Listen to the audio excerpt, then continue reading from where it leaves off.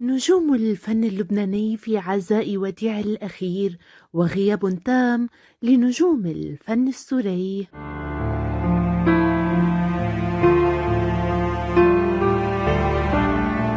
عادت عائلة وديع جورج وصوف إلى لبنان اليوم السبت بعد تقبلها واجب العزاء يومي الاثنين والثلاثاء في كنيسة مار الياس في بلدة كفرون السورية.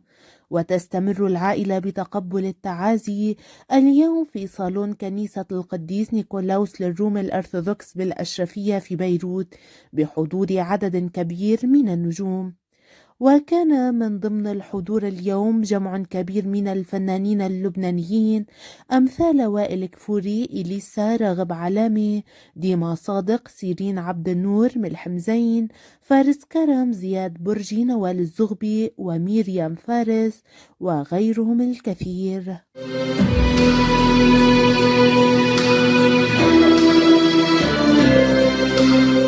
في المقابل شهد العزاء حضورا خجولا للفنانين السوريين أمثال ناصيف زيتون والفنانة الكبيرة منى واصف، إضافة إلى حضور الإعلامية المصرية وفاء الكيلاني التي سافرت خصيصا من مصر في ظل غياب تام لزوجها الفنان السوري تيم حسن.